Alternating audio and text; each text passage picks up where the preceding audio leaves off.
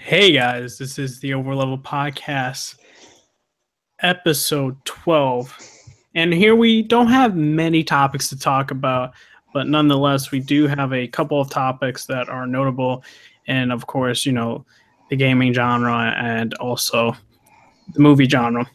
And like the first thing is something interesting was GameStop just recently put out an ad on, other websites like any other ad would do. And there was an Assassin's Creed Origins, little ad. Then there was a camel that pops up in front of it, and then it transitions to saying, "Sorry, the bonus mission is blocked unless you pre-order Assassin's Creed Origins." And power to the players, which I'm just very surprised how blatant they just did that, and not showing how they are for the consumers. It's kind of like a slap to the face and just say, "Oh, you need to pre-order that just to get the mission." And I'm just like, wow, it's not even trying to hide it anymore. So much for power to the players. Exactly. And they have like a damn camel face that pops up in front of an Assassin's Creed picture. So it's very interesting, this tactic they're now doing and trying to make fun of themselves, but it just comes across as like we could do whatever we want. And I'm just like, wow. And, I'm surprised they will go this route because GameStop isn't what it used to be, because we're moving towards this digital age, and GameStop is, losing revenue in their stores because all they can thrive off of is, used games sales. And once, everything starts becoming digital, they can't get any of that. So, my question to you guys is, like, do you think they deserve this backlash, and do you think that they should have just went towards a different approach? And we'll start off with Inspector. I think GameStop has been getting backlash like the past 5 or so years. So it's kind of funny how they're leaning into all this. If I were GameStop, I would kind of lean into this, but maybe not this hard. But to me, it doesn't matter to me because I'm not going to be getting Assassin's Creed Origins anyway. So, yeah, that's all I have to say. All right, what about you, Taladia? What do you think? I think that they deserve the backlash because of there's they messed up, straightforward. And whoever comes to them, they deserve it, because I think personally things should be digital anyway. And you get pre-order bonus, you get for as an example, I would say would be WWE 2K18, and you'll get the digital copy of it, and you'll get it at midnight. But whereas this copy, you have to wait until the shops open or something like that. And even though it's the same thing, you can't get it straight away, which kind of sucks. You get what I mean? Yeah, I got you. So that's what I feel about that. All right, what about you, Marvel DC fan? Well, I mean, I don't really have much on the opinion of GameStop, mostly because where I live, we actually don't have GameStop. But I mean, just for the advertisement itself, I feel like that doesn't work at all unless say they put it out on April Fool's Day. Then get a good laugh out of everybody, and then you might show an actual thing for it. But if you're just out of the blue, middle of the year, just showing it off like that, and then just putting that, I think that's just wrong. Yeah, exactly. In the future, I totally don't see GameStop surviving. It might, their downfall might increase and might just go off the rails towards, by the next generation of consoles. So now we're gonna go into Shadow of no, actually we'll wait for that. Star Wars Battlefront beta. I played this. I think I'm like rank 8, and what I have to say is like I really like the gameplay mechanics for this game.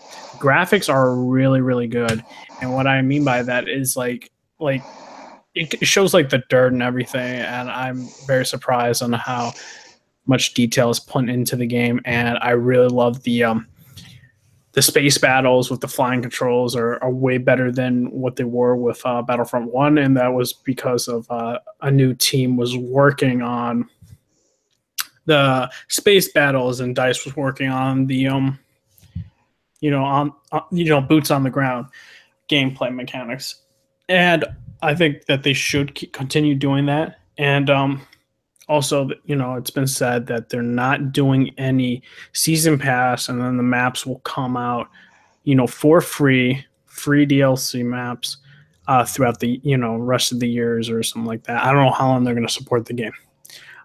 But the major concern, though, I have with it was just the way how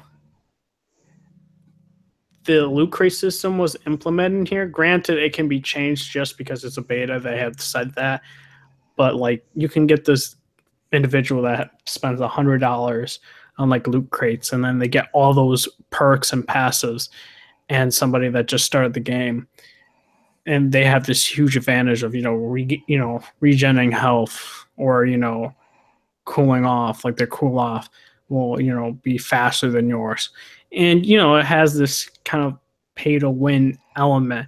And personally, it's like I feel loot crate systems should just be purely cosmetic. I'm not going to be the type though that says, "Oh, you need to boycott the game," because when we look at games that don't sell well, many publishers tend to look at, "Oh, it's because no one cares about the franchise, therefore we're going to put the franchise on ice." You see games like Dead Space 3 and Mass Effect Andromeda, where those games weren't, in terms of quality up there, and the developer doesn't say, "Oh, it's because no one likes the franchise, let's show it."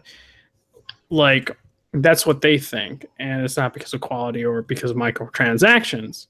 And to me, it's like, I feel like you can still enjoy the game in terms of like the campaign and all that, and it could be adjusted, but we'll get into more of that with Shadow War because I have a lot to say about that front. But this one is a lot more different in terms of combat and stuff like that. And my question to you guys is if you play Battlefront 2 or Battlefront 1, what are your opinions on that, and what do you guys think about the loot crate system and Battlefront 2? And we'll start off with Talaria. Okay, so guys, I got Battlefront 2. I enjoyed the beta like everyone else, and I think in terms of the loot crate system, it kind of, well, I think it's a downer really. They're obviously they're trying to copy off Overwatch in some sense, but I don't think they need to do that though, in my opinion. But other than that, I mean, I loved, the gameplay itself for Battlefront 2 is awesome. Like, the foot on the ground stuff, amazing.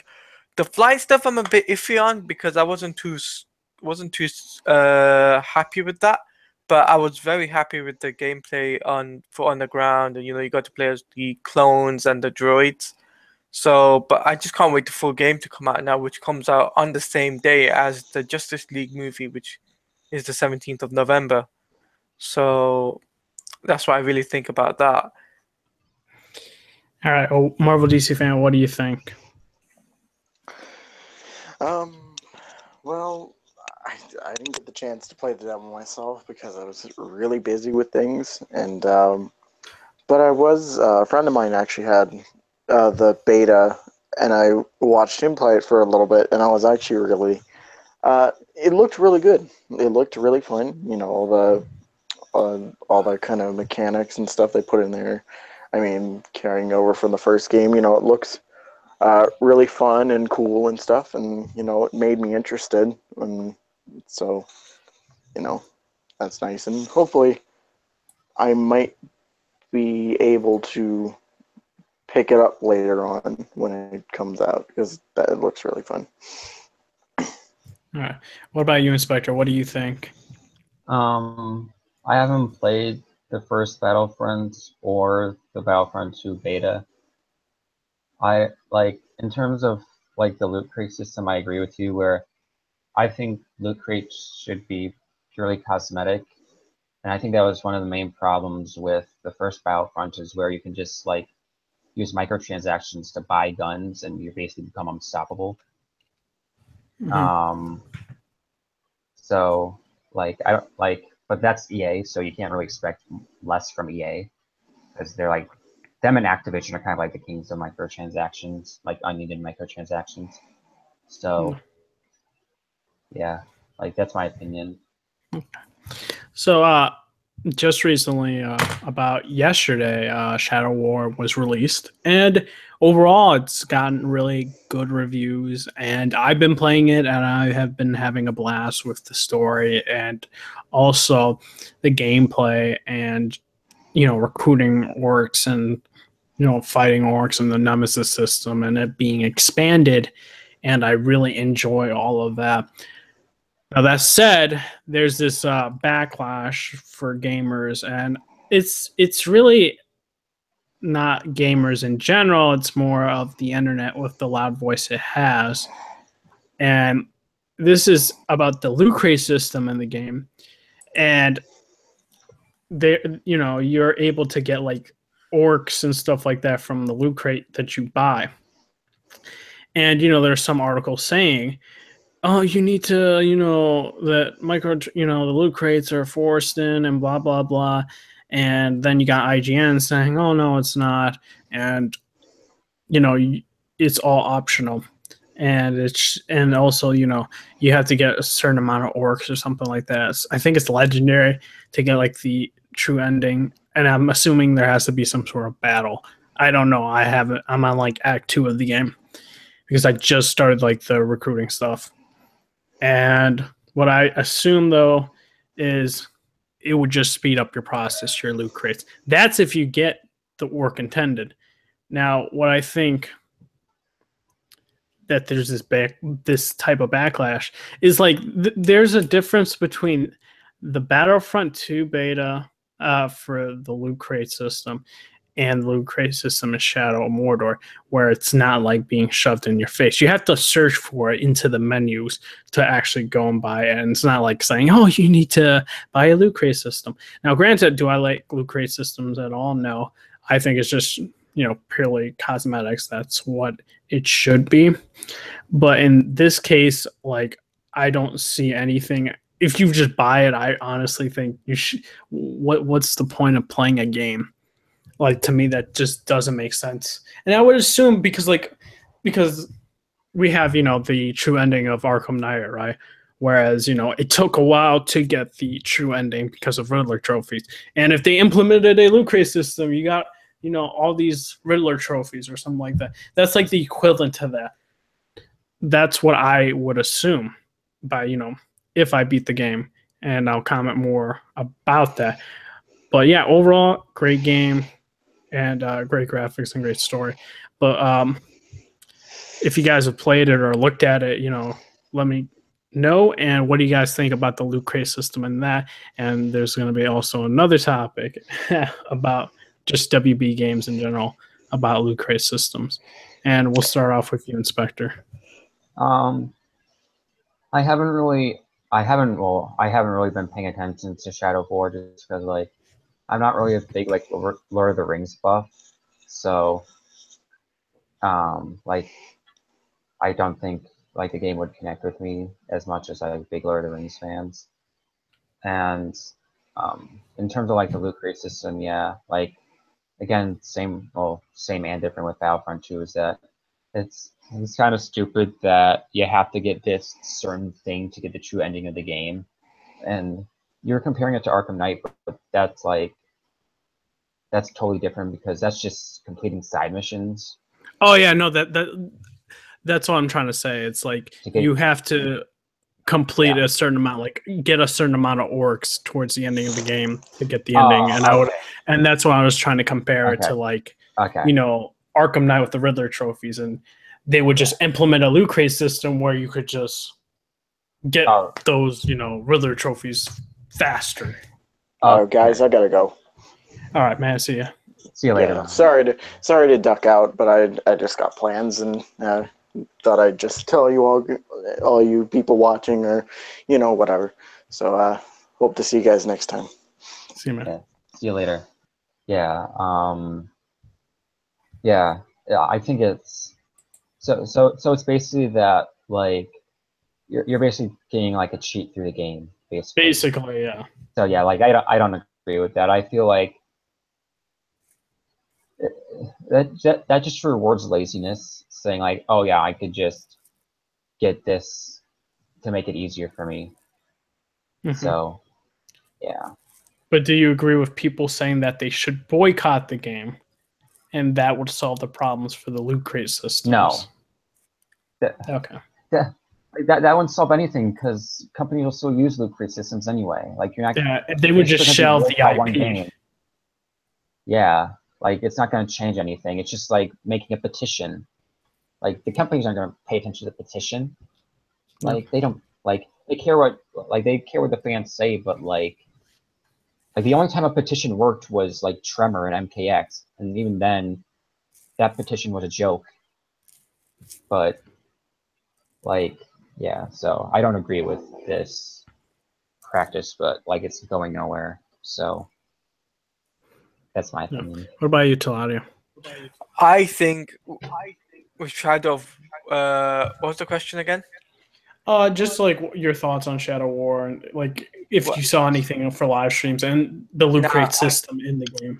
I haven't seen Shadow of War, but you know, as like I do play WB games, and I think with the loot crate system on that, it's just ridiculous, really honestly, and that's what I really think about that. And this whole two things about two endings and all that BS. Um, it's the same thing with Injustice 2. You have two endings, and you have to play through the game again, which is BS. They should give you one ending and that's it, not two endings and end up. I know, but that's different because it's an evil and good ending. Like that's different because like Infamous does that.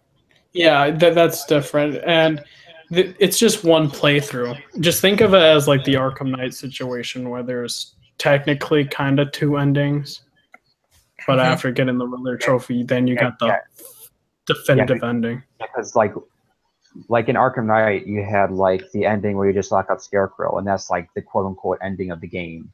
But then you have to get all the side missions, and then you get the full ending, the Nightfall Protocol ending. Which I feel like I didn't like that. Like I didn't really like that to begin with because like even though I like the Riddler trophies, I think like if you finish the game, you should get the full ending. I get they wanted to give you incentive to like 100% the game, but like Yeah, I feel you should have just gotten the full ending right away. yes, but that's like what. But Rocksteady wanted to go out on a bang. That's the thing. I know. And the thing is, that was their last console game on the Batman Arkham franchise, legitly.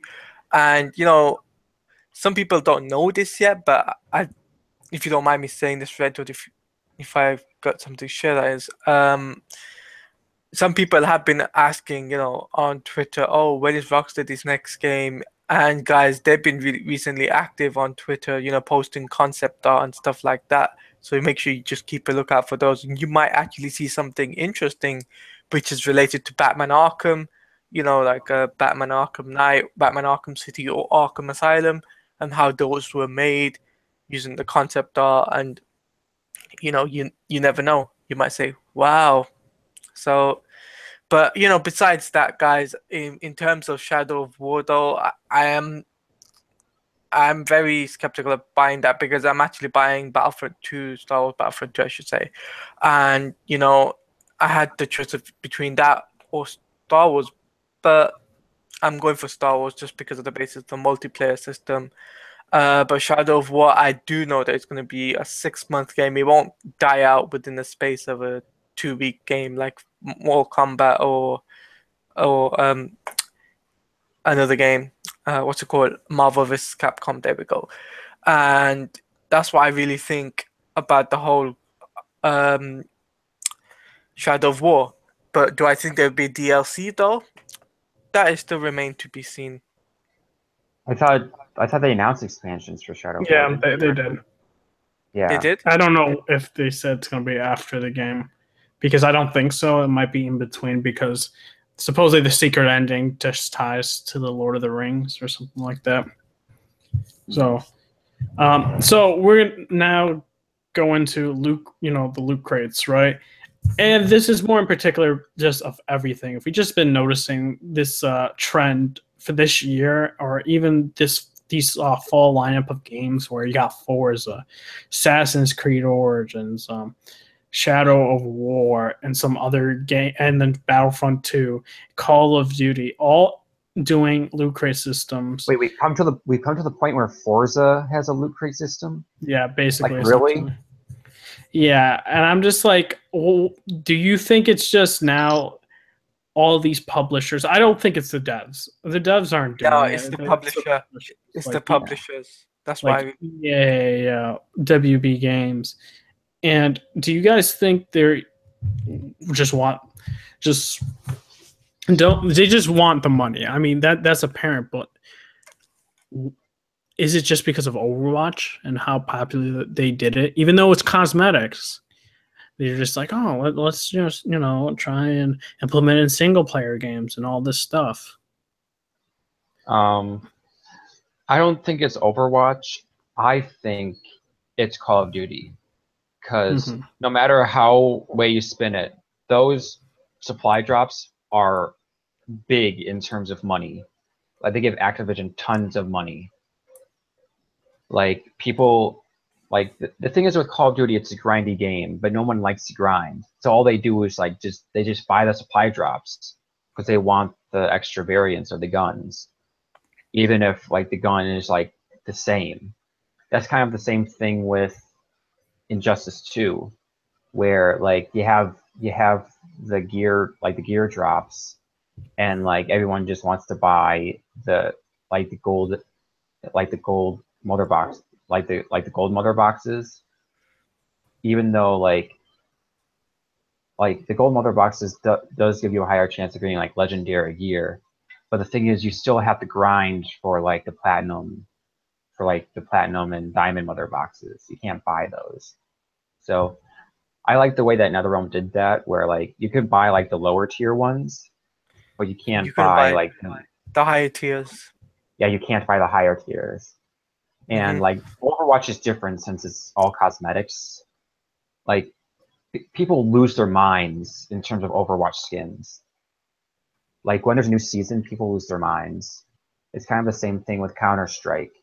People lose their minds. Now we're not going to like go into like the whole gambling thing with Counter-Strike, because that's a whole different thing. But yeah, I feel it's a combination of Call of Duty, Counter-Strike, and some Overwatch, but mainly Counter-Strike and Call of Duty. So that's my opinion. Claudia? Yeah. Also, I would say, do you think it's gonna also affect WB Games? Well, because WB Games putting it in Shadow War. Do you think it's gonna happen with future titles from WB Games moving forward, such as even like unannounced DC games? Yeah, well, I don't know. Well, that's a hard thing to say. It's hard. It's a hard thing to say. One, because even though Middle Earth is a licensed game, it's kind of like a semi-licensed game, unlike a Batman Arkham game, which is like full license. Because like the Middle Earth games don't have like the Lord of the Rings banner on it, so it's not really like a Lord of the Rings game, unlike a Batman game, which is a DC property. I'm pretty sure they still have to give credit to Tolkien for Middle Earth games. So, like, I don't think they're going to do it for the DC games. Other games, I think it's a DLC for the Rocksteady games or whatever is coming out from them. Because I think the difference is that like the Arkham games are like action adventure games. Shadow of War is an action RPG. So there's like a little bit of a difference there in terms of like style of game or genre. But yeah, would you be surprised if somehow they just did it though? Yes and no. I would be surprised. Like I wouldn't be surprised because it's WB, but I would be surprised because it's Rocksteady. And I know a lot of people didn't like the way they handled like the Arkham Knight DLC. Like monthly. To me, not that. It's just the way they handled like the story packs and how they marketed the story packs, the expansions. Yeah.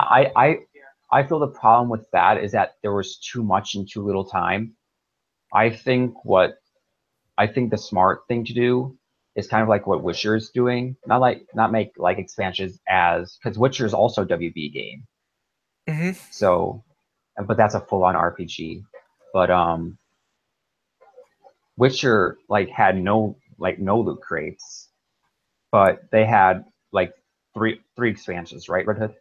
3 or 4. Actually, I think WB Games actually wasn't a publisher. They just did the license, the promoting for it. Kind of like I don't know how to give it like a good comparison.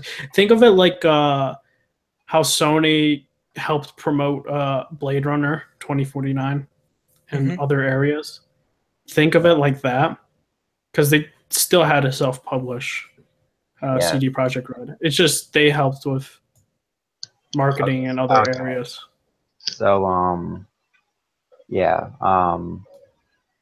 but Witcher had like 3 different expansions and they were like really huge. And I think the reason why Arkham Knight I don't want to say failed, because I think even though they kind of had like a really rough like patch up until Season of Infamy, I think what they should have done, instead of like all the skins were fine, like those are all cosmetics. I feel what they should have done is just done Nightwing and Robin. And that's it. And that's it. And then do Season of Infamy. So, because Season of Infamy was like the story thing. But I feel because those story packs didn't really feel like Rocksteady. They just felt like WB Games Montreal. Yeah, they felt like WB Games Montreal, because like they were super short, they did nothing to the story, and they created even more continuity errors. So yeah, that's my opinion. All right. So now we're gonna go into a kind of transition stage, but just to say, like, just to get up to the potential next year for gaming, what our most anticipated game is for next year. And I'll start off with saying mine will be God of War, just because I liked what I'm being shown for the trailers and how it has this theme of redemption for Kratos and him having a second chance not at a family, but at being a father. And also the gameplay mechanics look really crisp and nice, and it just looks like a very good game. And the director for God of War 2 is working on this game, and he's the director for this game, and I have total faith in it, because God of War 2 is the definitive best God of War game in the whole series. Was David Jaffe the director, or was he a different? He was the first game. Okay. Yeah, and then he went off to do his own thing. But yeah, then it would go I don't know, maybe Red Dead, then Spider-Man, or something like that. in there. Granted, it could change by when the games come out. You know, Spider-Man could be the greatest game, or God of War will be the greatest game, or Days Gone, or any of that. But for me right now, in terms of what I've seen and what I think I'm gonna like the most, would be God of War. What about you, Inspector? For me, it's definitely God of War. Like basically what everything you said. Like the gameplay looks really crisp. I'm liking what I'm seeing. I like the whole like Norse motif. I like how they're changing. I like how they're changing mythologies. I like the fact that he has a son, and like the family dynamic. And I would say my other games are Spider-Man, even though like I'm still kind of iffy on Spider-Man. It looked like the gameplay looked great. I'm just like iffy on where like how big the story is going to be. I'm sure the gameplay is going to be crisp because it's Insomniac and they're great with gameplay. But what other games? I'm trying to think of other games. Yeah, like maybe, Red Dead. I'm not really interested in Red Dead. I might get the Shadow of the Colossus like remake because I've never played Shadow of the Colossus. So I'm interested in that, and that game just looks like it looks beautiful on PS2. It looks even more beautiful on PS4. Yep. So. Yeah, and then I think Detroit Become Human is also coming out next year. Yeah. I think maybe. I don't know. It's Quantic Dream, so you never know. Dude, it's been announced for a while. It has to come out by now. How long have they been working it since since Beyond Two Souls? Yeah, yeah. They showed like what do you call it? A tech demo for it. It wasn't called that exactly, but that the whole like concept of it was then. Okay, what about you, Taladu? My thoughts are it's simple.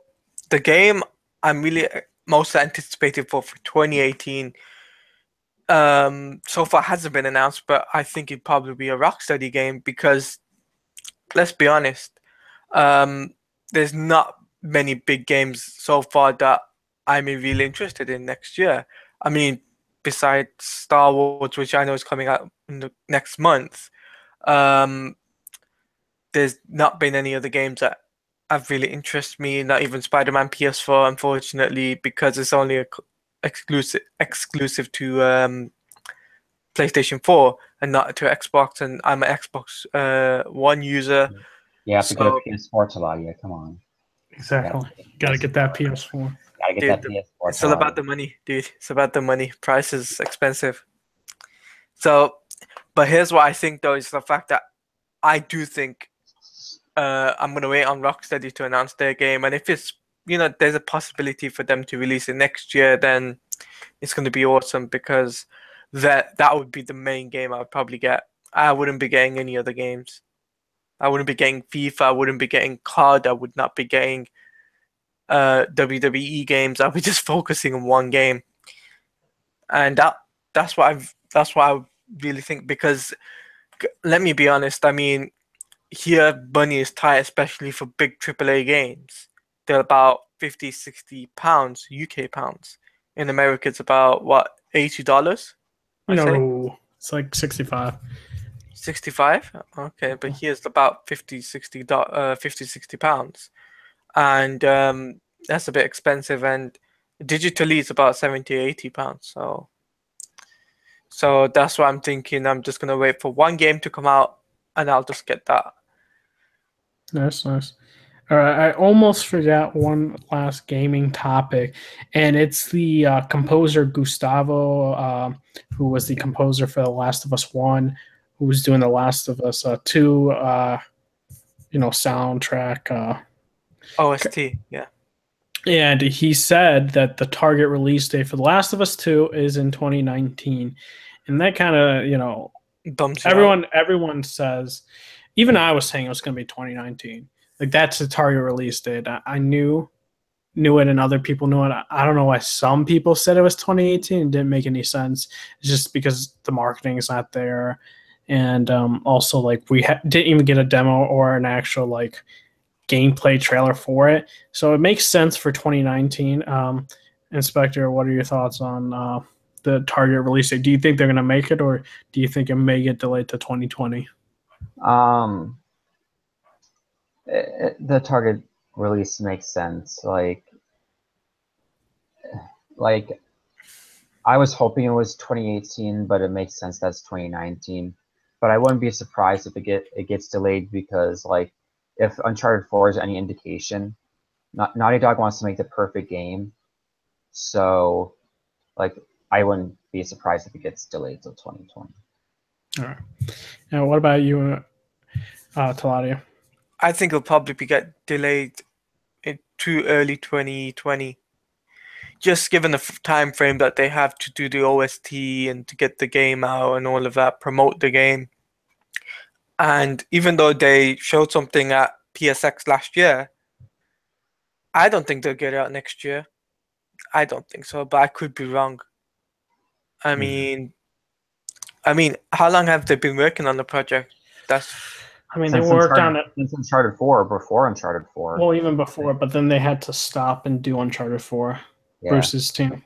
And that's when Amy Hemming left, right? Yeah, that was Like, a whole right before drama Uncharted thing. 4. Mhm. Yeah. So we could have had it earlier. Yeah, we could have had it earlier, except I don't know if the Bruce Straley departure will affect the release date. No, he had like no in terms of like No, I'm just talking about no, because if it was paused and then now the music and everything still needs to be put into the game and everything, then you get from where I'm coming from, right? Where Yeah. where it could be delayed. Because I mean that's what they did. That's what they did with Arkham Knight. If you can remember, they delayed that by a year. Here's what I think. I think what they're going to be doing, I think, is doing like really minimal marketing. They did the reveal at PSX last year. I think they might do another thing at PSX this year just to get people hyped up.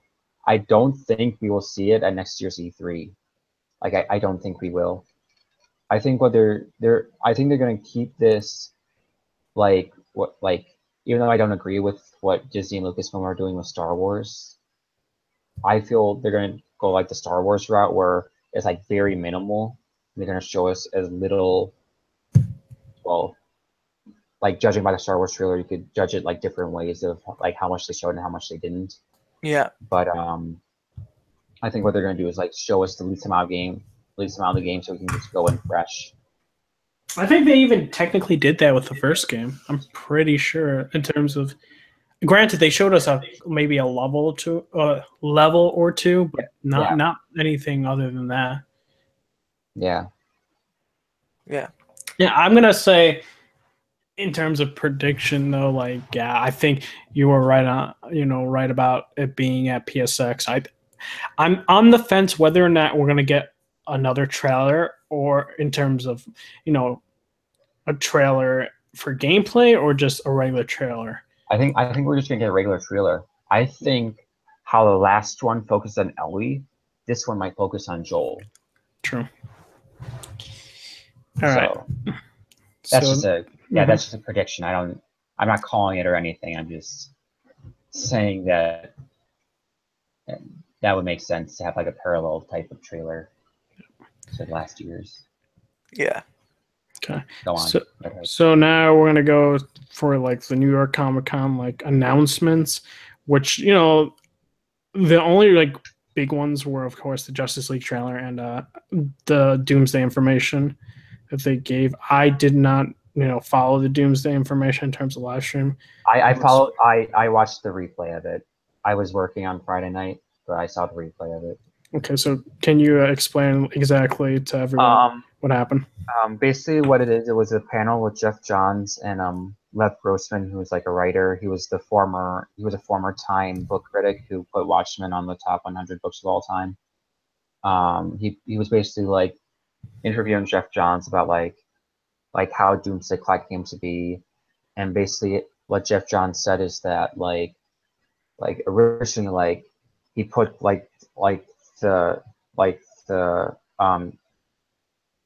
the stinger at the end of the Rebirth special, like that was just gonna be the stinger.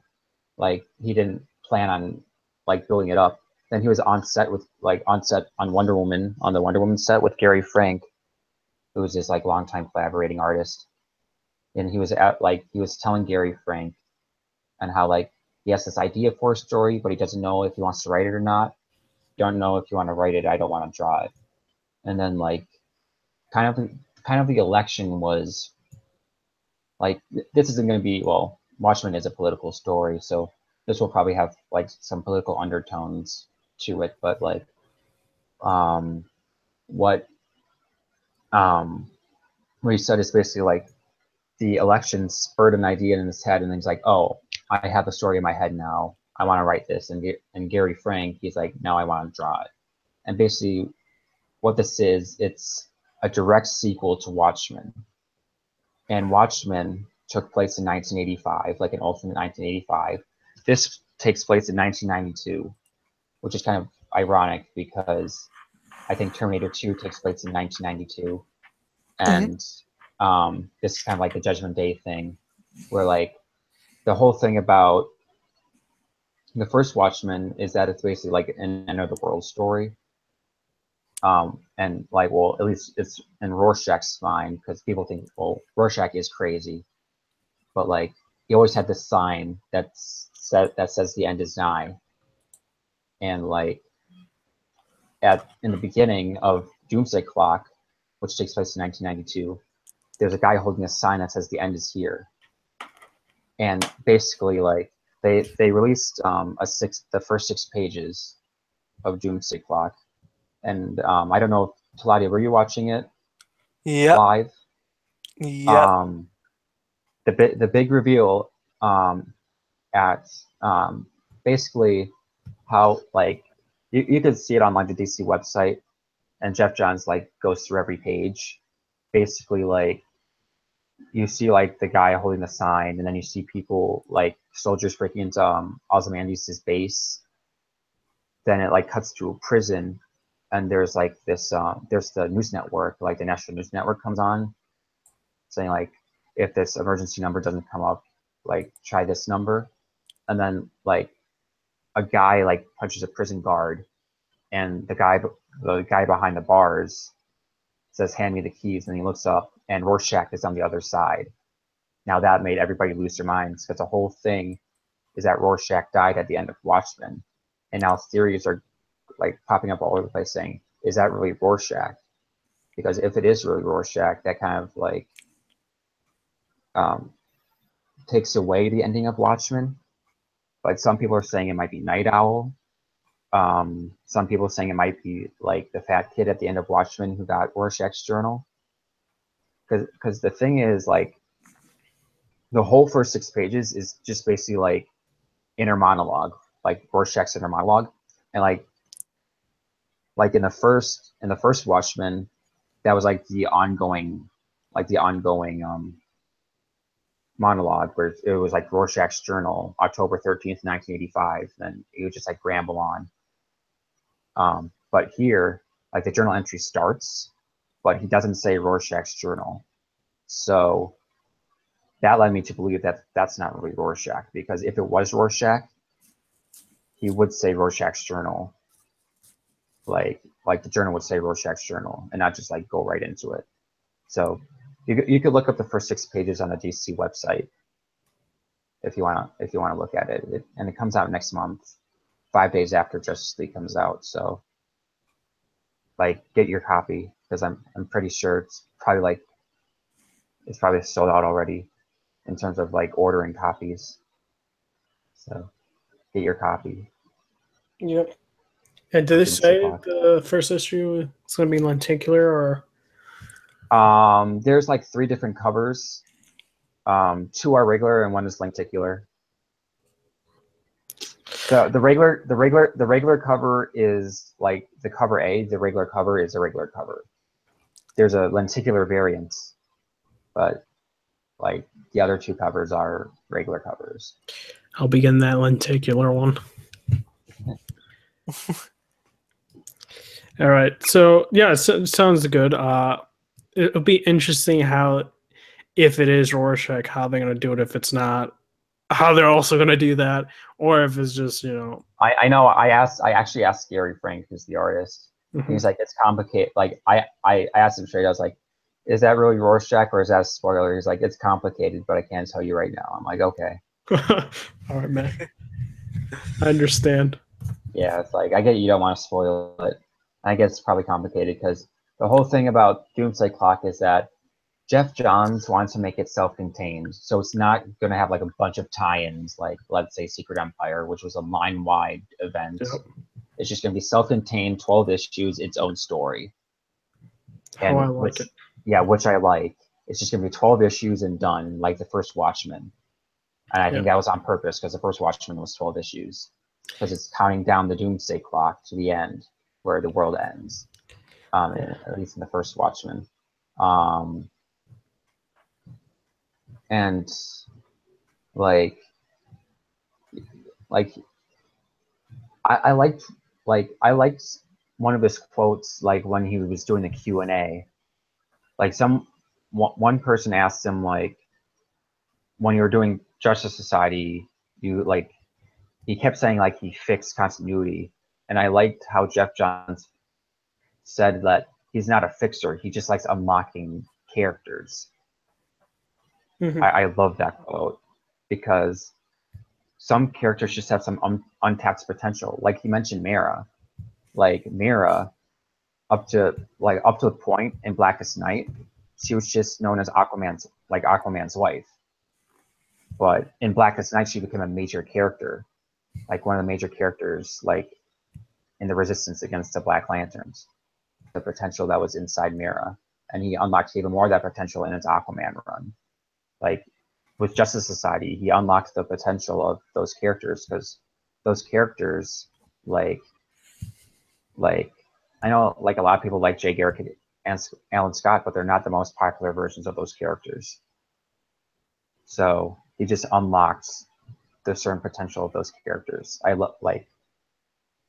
And another thing that Jim Lee said about like the difference, like there's an event going on right now in DC called Dark Knight's Metal, which is basically like a Batman event, but also a DC event. But it's mainly focused around Batman.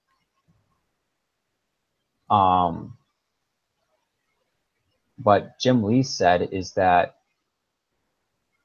I might get this mixed up. It might be the other way around, but he said that Metal is an event that's a story, and Doomsday Clock is a story that's an event. Unlike Marvel, where everything is an event. Yep. So that's what I like. I can't wait for Doomsday Clock. Same. And now I'm actually rereading Watchmen right now. So it's been a while since I read it. I might buy myself another Me too. issue. It's been almost 2 years since I read Watchmen. So because I gave my original copy to a friend and never got it back. So I decided to buy it again. One of those people.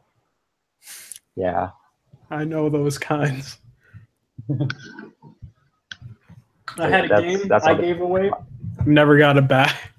It's like, hey, you can borrow it. Yeah, it was in. I'll even ask him. I'll be like anytime we show up to a high school or like hang out in a social event, it's like, dude, you still got my game? And he just like looks at me and says, "Yeah, I haven't finished it yet." Yep, I haven't finished it yet. I'll be like, dude, it's 2 or 3 years. Come on. Yeah. So moving on.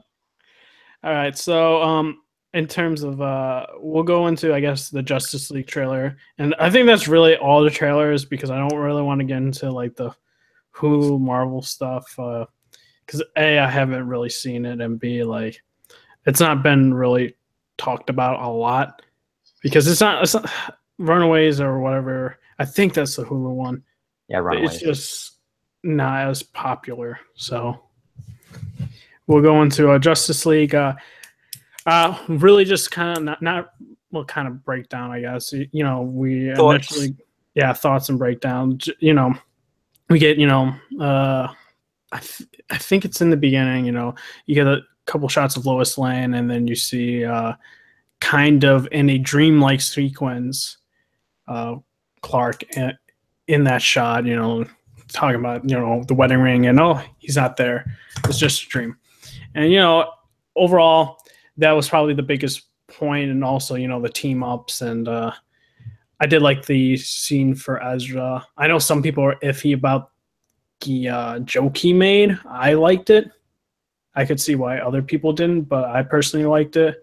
About the bat signal, I liked the Jason Momoa scenes. I also liked Wonder Woman. And what else? We didn't get really a close up yet of Steppenwolf yet.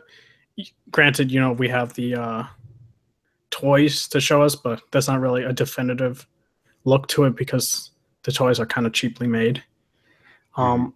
Also, still we don't got much to the story, and I like that. I like that they don't give much away, and I like that still. I kind of did like the trailer in a way because, we were right and wrong about it.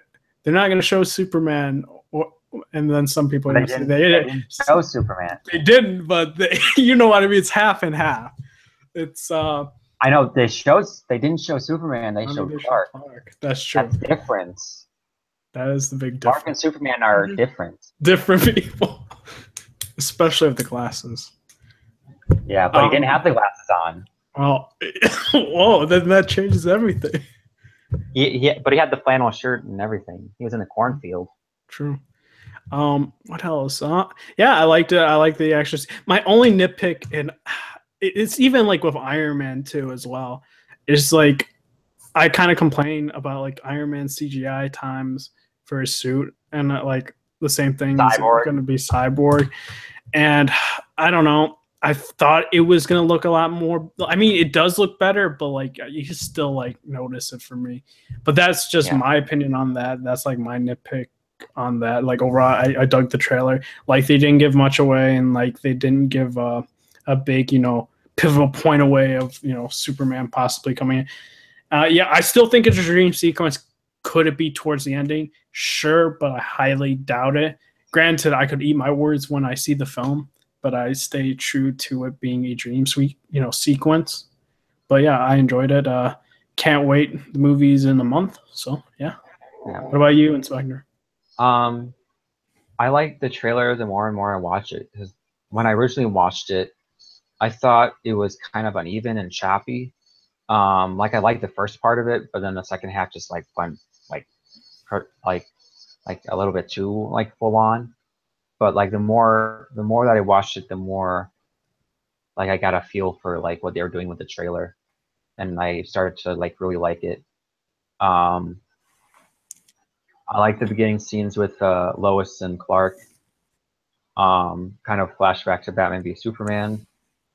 I liked my favorite shot, even though it does kind of look like really CGI, was the part where Wonder Woman was standing on the statue. That was my favorite shot of the trailer. I thought it was great, and that's in London. Yep.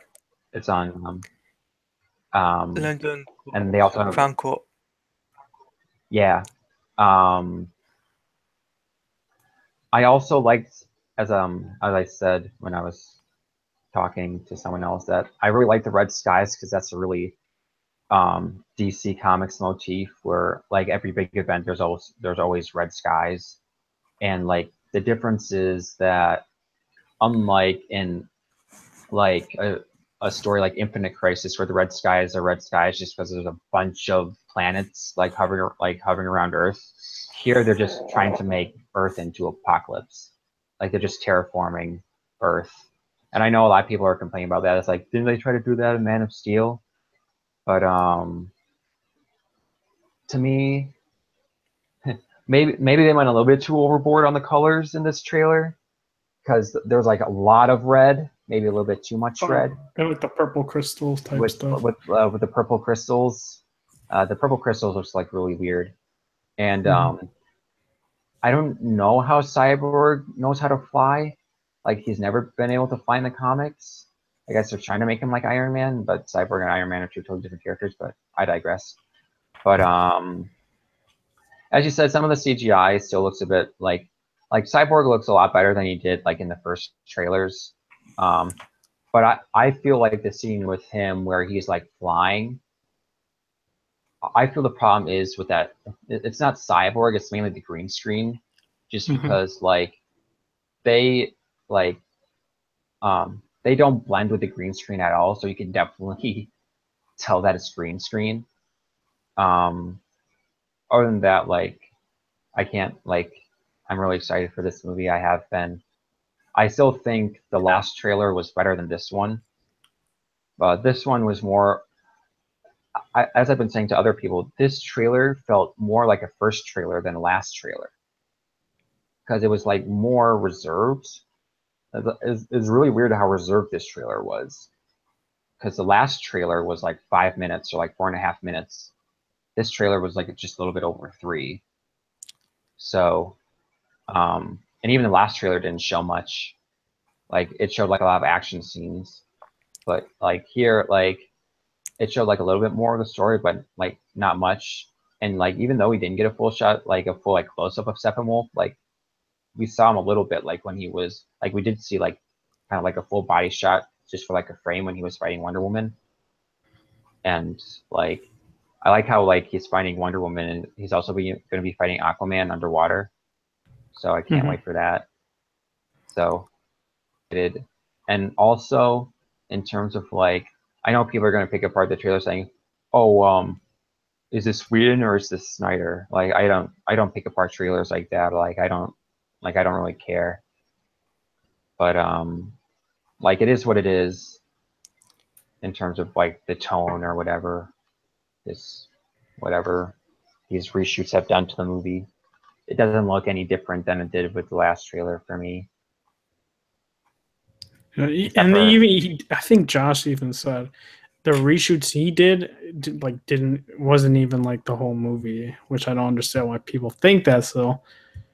But like it's just a small portion. That's what he said, and he even said those small portions he tried to make it look like, you know, Zack Snyder esque. Yeah, he didn't try to put it, you know, his own, whatever you call it, signature. He didn't try to do that. Did he do a little bit of the, you know, some changes to the dialogue? Sure, but like other than that, it's like it's nothing. I mean, the dialogue seemed the same to me as it was in the last trailer. Exactly. I mean, people are pointing out, I was like, "Oh, was that joke at the end a Whedon thing?" Like, no, he's been saying those type of jokes ever since the first trailer. So you don't know if it's Whedon or if it's Snyder.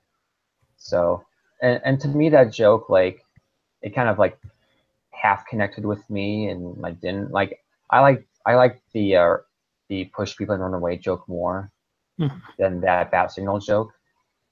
But for some reason, Wonder Woman loves to smile. Like, she smiled like 5 times in this trailer. But like, that's not a complaint. I just found that like really weird. She seems like really happy in this like life or death situation. Hey man, she loves the battle, the thrill of the battle, man. Makes people happy.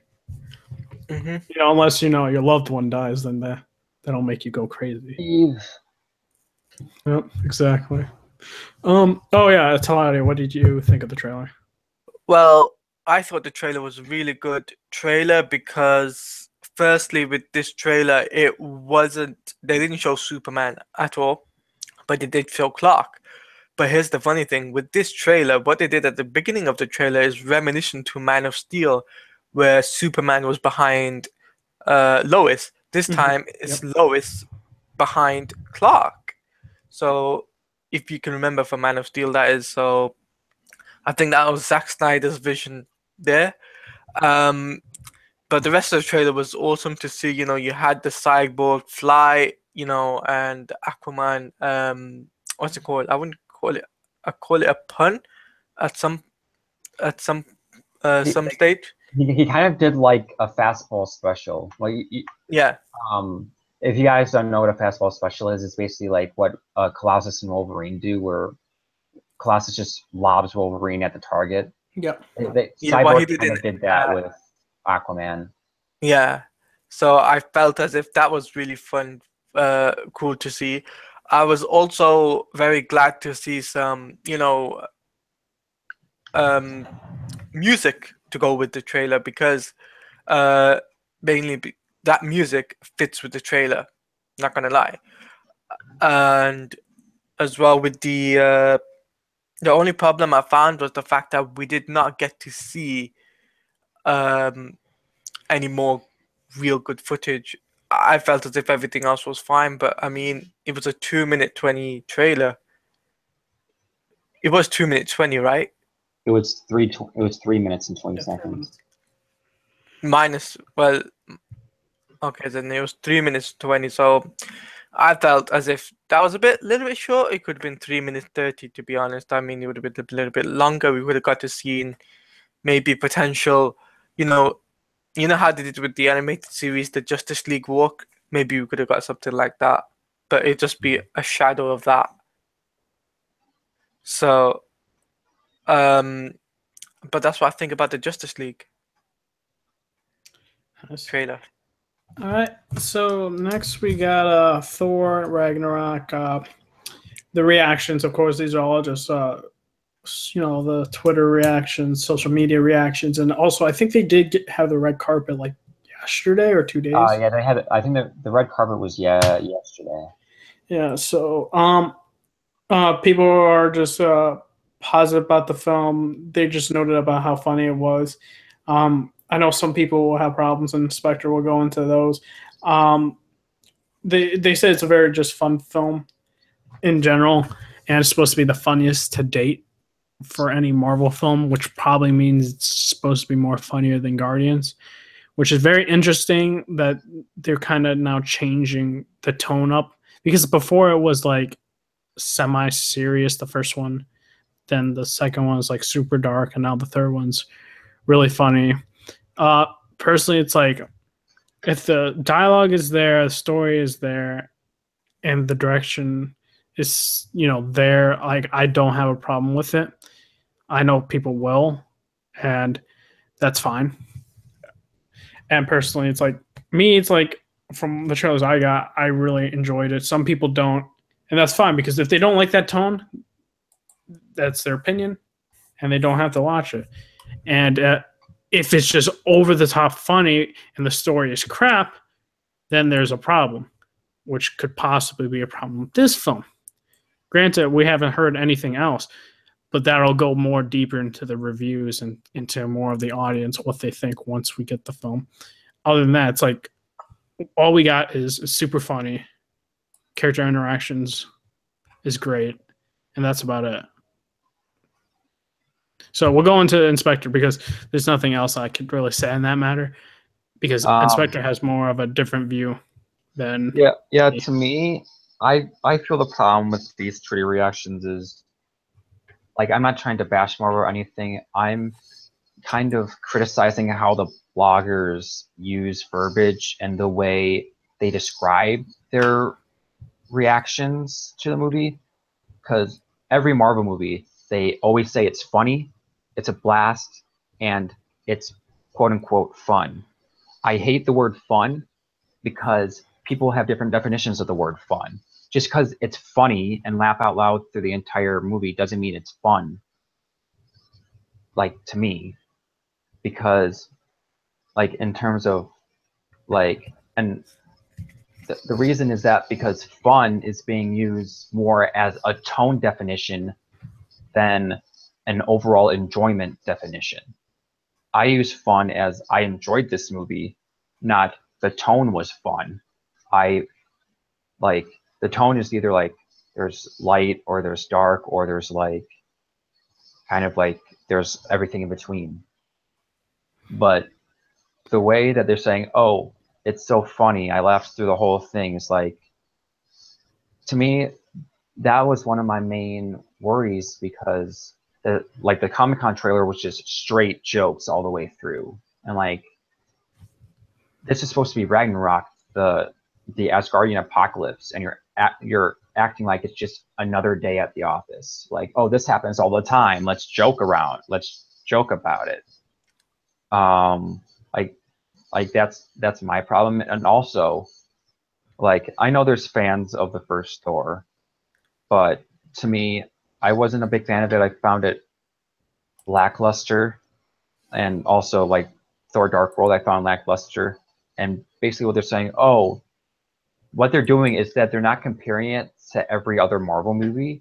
They're just comparing it to the Thor movies, which I'm like, that's a really low bar, because the Thor movies, even though they're still like in a 60-ish% on Rotten Tomatoes, they're like in terms of like audiences, less audiences like the Thor movies compared to like the Captain America movies or the Avengers movies.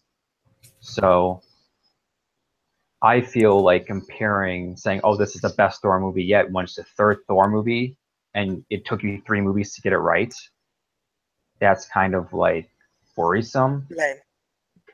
Yeah, so like I'll still see the movie, I'll see it for myself to form my opinion. Just these reactions do nothing for me. They're just like every other Marvel movie reaction. So that's what I have to say. I agree with you. The verbiage should have been different. They should have. Granted, you can't go into big details, but they should have just worded it better into a better representation, and saying it's a lighthearted film, and blah blah blah, going from there and all that. But yeah, I agree with what you're saying. Like, I can see your viewpoint, and I can see others that says that it should be taken as a serious point, in the film. Like I don't say it has to be ultra serious, like but like you could just have like you could have it like it's serious, but also have kind of like the Whedon-esque like quips. Yeah. But yeah, I got you. What about you, Talati? I haven't really seen the trailer, and I'll be honest with you, I'm probably not even going to watch it.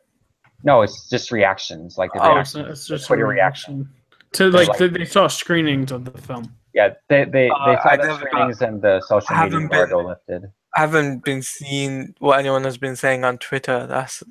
That kind of sucks, because I haven't had time and all that, because I've been waking up late, so I don't. That's fine. That's fine. I don't have really any opinion on that. Okay. So also, I would like to say, just going by trailers and all that, just like I've been noted, it's with Spider-Man and I forgot there's some other ones, even Justice League. I don't know why the marketing teams do a montage and then the trailer happens. Like, I don't know. Yeah, I get annoyed by it now. Me too. I don't like that. It's like it's the trailer. Just show the trailer. Don't show clips from the last trailer. Like, I just don't understand, like, what went through their mind. Like, a freaking intern's like, guys, let's do a mashup before the trailer starts. Let's do a 10-second montage before the trailer, just so people know that this is the trailer.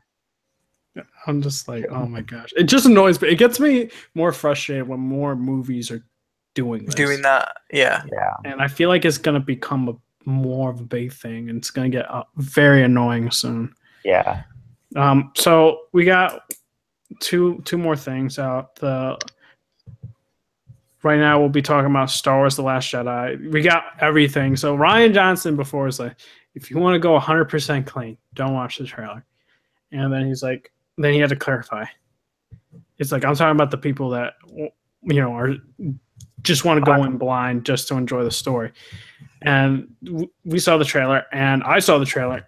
And I'm surprised how people took the trailer and they said, oh my gosh, Rey's going to the dark side. And I'm like, oh my gosh, do you guys not notice these scenes are completely different from one another and how they cut it?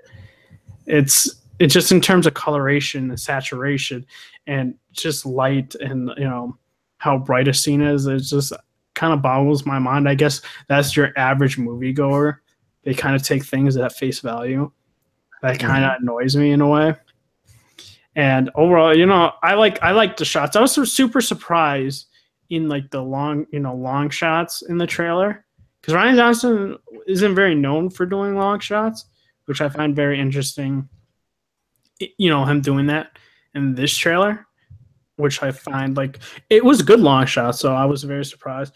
And but do you think that's because of him, or is it because of like the mandate for every Star Wars movie where like it's kind of like a Disney thing where they have to, there's like a corporate thing where they have to shoot it like that? Maybe for the long shots. I have no idea. It's kind of like how every Marvel movie kind of has to look the same.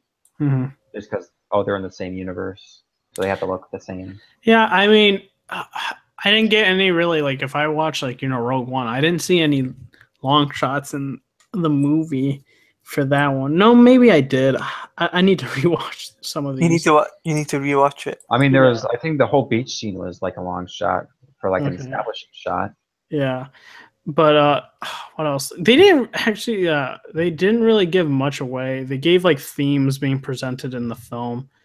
Um no big plot, in terms of all I know from this trailer is, Luke's training Rey. The Resistance, of course, is still fighting the New Order. And also, we finally got like a close up of Snoke torturing Rey. And that's about it in terms of it. And they did this with, I believe, The Force Awakens as well. And I'm kind of glad they didn't give much away. We still don't know anything about Snoke's origins, where he's from, who he is. Is he, Palpatine's old master? Plagueis, we don't know. And I'm kind of glad that keeping this under wraps. And we still don't know Rey's parentage. I do like how they're kind of teasing and how he's going to have the struggle of potentially killing his mother, but I don't think it's going to happen. I think they even stated it's not going to happen in the film. They just said because in the ninth film, General Organa is supposed to play a big role, but due to the passing, they have to do something in episode 9 to wrap her story up. And I do like these new creatures being shown in the trailer. It looks really nice. Supposedly, like, even I'm a big Star Wars buff, and I didn't even know what these creatures were called. But other, like, Star Wars channels, they're like, is this species and this species? I'm like, okay, didn't know that. I thought I was a hardcore Star Wars fan. And then overall, I like the cinematography, and I do like this type of relationship that Rey is going to have with Luke. And overall, I enjoyed the trailer. Tickets are being sold out already, so I kind of wish I got my tickets already. And I'm probably going to have to watch it at 1 in the morning or maybe 2, like last for episode 7. But overall, enjoyed it and can't wait. I think this will probably be the last trailer. And that's, discluding TV spots. Because they did the same thing with Force Awakens. The teaser and official trailer, and that's it. Inspector, what do you think? I watched the trailer. I thought it was okay. Like it didn't really impress me much. Mainly because I'm not a hardcore Star Wars fan. I'm kind of like a casual Star Wars fan. I'm like it looks good, like in terms of cinematography, but it didn't really impress me. Like none of the Star Wars trailers really grabbed me, just because I get they don't want to show you like the story, but it would kind of help to actually know what's gonna happen and like at least show us a little bit of what's gonna happen. Like at least have like some like points of plot and not just like random scenes cut together. Mm-hmm. Like that's my main problem with like all these, like even Rogue One in episode 7. Mm-hmm. Like they basically gave you nothing. And I guess that's good if you want to go in blind, but like if you want to go in blind, just don't watch the trailers. That's true. Like if you're making trailers for people who don't watch trailers, then just don't make trailers. True. So like that's my thing. Like I'll still see it. I'm not like super hyped for it, just because like I thought episode 7 was okay, and I did not like Rogue One. So yeah. What about you, Claudia? It was a interesting trailer. I wouldn't say it was, good or bad. I'll say it was interesting, but at the same time, it was confusing, if you know what I mean. Especially with the connection to, like, I'm not a hardcore Star Wars fan. I'll admit that myself. But it's like you don't really know where, you know how how Rey is training. After that, where does she go? Like from there, obviously she does fight off against the what are they called again? I forgot now. The First Order. Yeah, against the First Order. How does I had to say the New Order? Don't know why. it's The New World first... Order. New World Order. Is this like the NWO shit for like So it's like the first. So she goes against, like, we don't know how that transition and how strong she is going to be in this movie. We only know that she's good with the Force. But at the same time, we don't know, does Kylo Ren kill his mother? That is a good, really interesting question. And does he do it? I think, though, I don't think he'll do it. That's my honest opinion. But other than that, the only really funny thing in that trailer was the little Wookiee guy. Oh, you're talking about that? Like, he was trying to mimic. Yeah, he goes. Ah! Yeah. Dude, that thing was. So that was really. There's gonna be memes about that thing. Oh my gosh, I knew it. I was like, when I saw it, it's like this thing's gonna become a meme now. And it is. It's a meme already. It became a meme right after the trailer.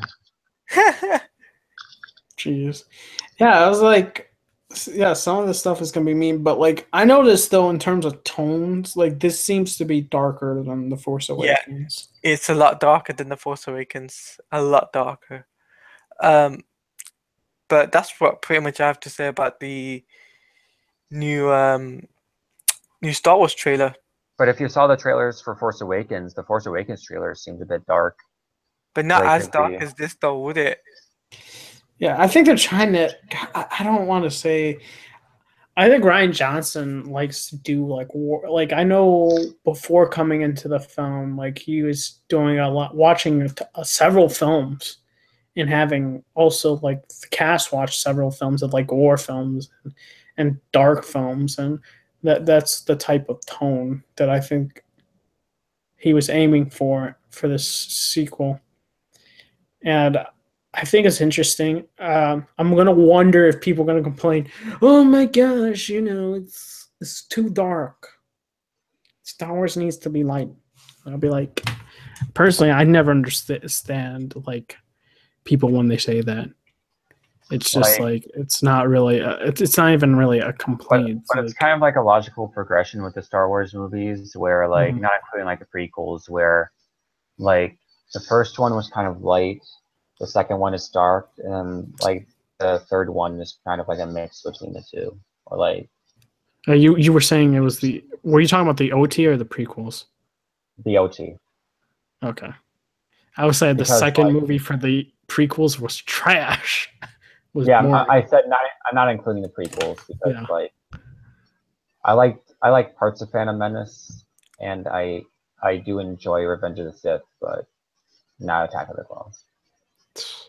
Dude, I love how everyone forgives Darth Vader even though he killed young children. But Kylo Ren kills Han Solo, everyone loses his mind. What Kylo Ren killed more than Han Solo was the freaking computer consoles. Oh, true. People can't forgive. That was a meme. Like him.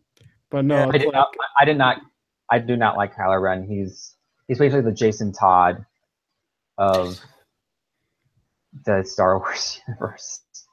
He was so whiny in Force Awakens. At least he was successful in killing his own dad. Yeah, but he did it cheaply though. He's like, true. I'm sorry, stab right through the heart. Okay, yeah, I guess you could say shot through the heart. He gives love a bad name. Yeah, he does. Yeah, those are our thoughts on Star Wars. Oh, I did see Blade Runner, right? How was it? I did see it in IMAX, and whoo, that movie, that was a fucking gorgeous ass movie in sound, and really I dug the plot a lot, and I love the twists and turns in the film. I like the acting. Now, is this movie for everyone? No, this movie is not for everyone. If you do not like, if you thought this movie was an action film, and you're a big action guy, you shouldn't watch this movie then. Yeah. If you're a guy who likes a good story and character progression with little action and it slowly opens up, and you get that with Arrival as well. So and plus, I heard that like I haven't seen the first Blade Runner, and I know there's like 5 different cuts of Blade Runner. oh yeah, So like I haven't seen the first Blade Runner, so I'll probably have no idea what's going on in this one.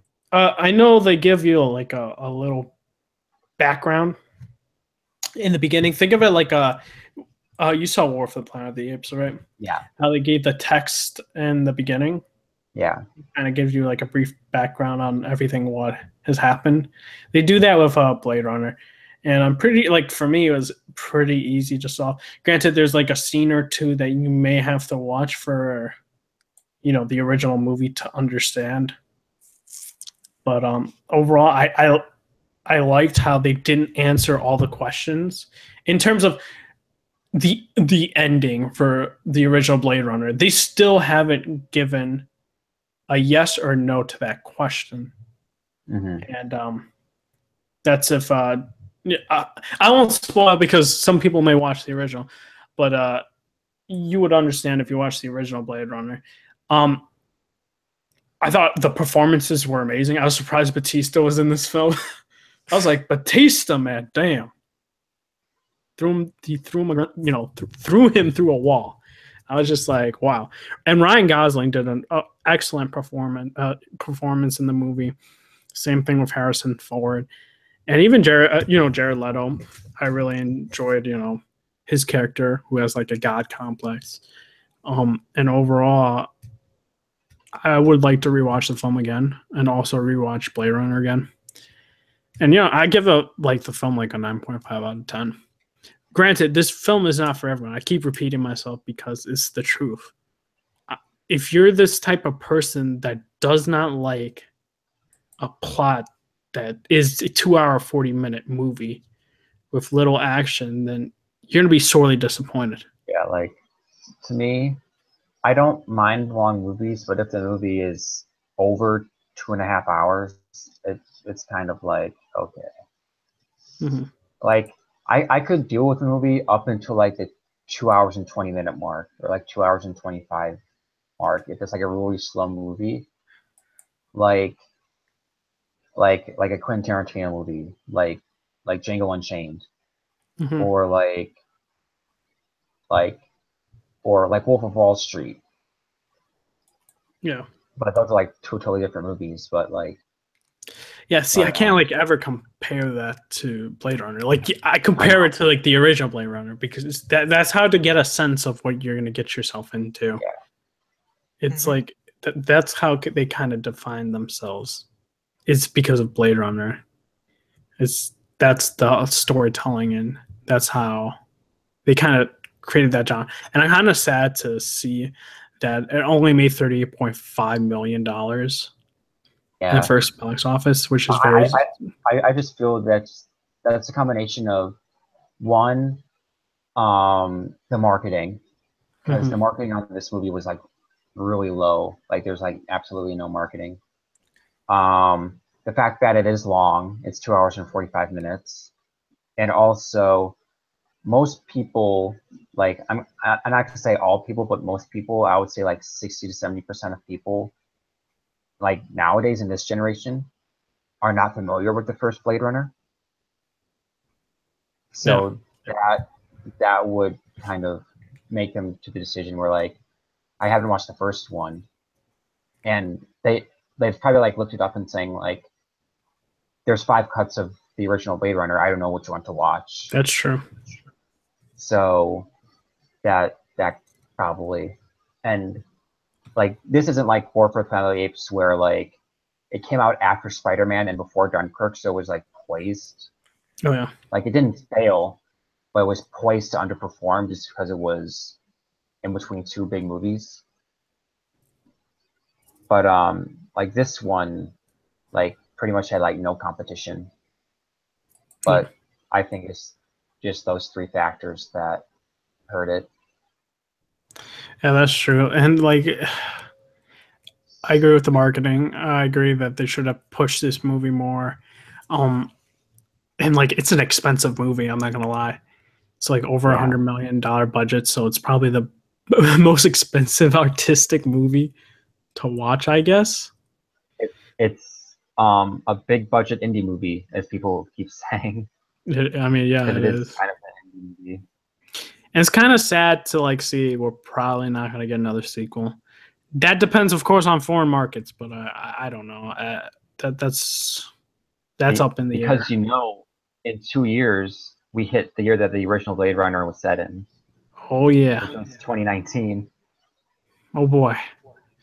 I'm expecting technological advancements to get to there. We got Inspector's thoughts on the performance of the movie and what the type of film this is. What about you, Taladia? What do you think? I haven't seen the movie, so got really no thoughts. No thoughts. What do you think about the box office, though? Kind of words, really, because I haven't taken a look on that. Mm-hmm. Yeah. All right. So, other than that, do you guys have anything else to add? Any plugins or you want to talk about real quick? Not really. I mean, we've done everything what we needed to say. Okay. So, guys, quick update for me. You can expect this weekend a couple of videos to come out. One regarding Shadow War, and the others like with Stars Breakdown, and my Justice League reaction video. No, it's late, but I still had to finish editing that. Also, expect more frequent videos. I know I'm slowly churning out those videos, but I'll still get into the groove of things. Other than that, yeah, if you guys haven't hit the subscribe button, hit that subscribe button. And Taladia, where can they find you? You can find me on Twitter, which is @mtaladia. And you can also follow me on Twitch, which is twitch.tv/Taladia Plays, and my YouTube channel, which is Taladia Plays on YouTube. And what about you, Inspector? You can follow me on Twitter @the Inspector, where I just ramble about stuff. Nice. Okay, guys, this is the Overleveled podcast. Signing off.